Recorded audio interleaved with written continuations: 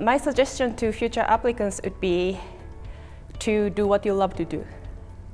Because when you are doing what you love to do, either it's research or education or clinical work, your strength is maximized. So I was very lucky to be able to do what I love to do. And it is very important to do what you love to do. And especially for those who love to do research and pursue research career, RSNA research grants is a really wonderful pathway.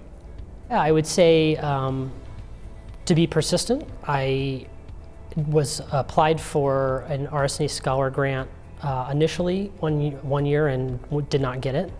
And I took that as just a challenge to respond and change my application and make it better and to go in the next year, and then it was ultimately funded. So I think my advice to people that were coming up in wanting to be in research would be to not only persist, but also to be open to changing things significantly.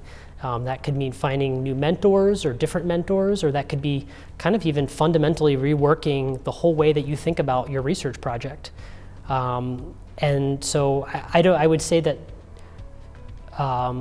it's not a failure to have to change the way that you approach the project. It's actually an adaptation, and it's smart to take the feedback of really experienced researchers and kind of move in a direction that might be totally different than what you initially were setting out to do. Well, I'd really encourage people to apply, even if you're an international applicant like I was. I really feel that the RSNA is very good at basically providing these funds.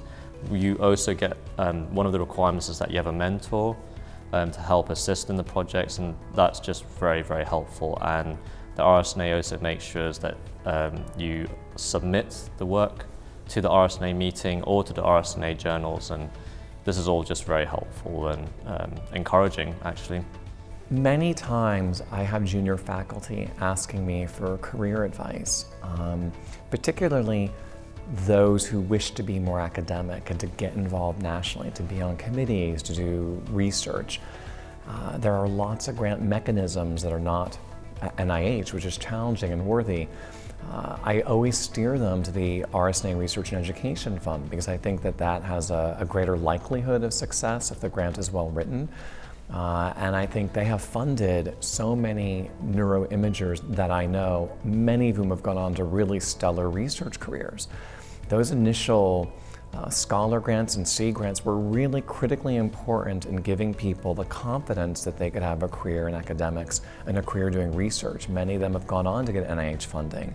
There's a real, I think, proven metric of success for those people who have gone to the RSNA for grant money.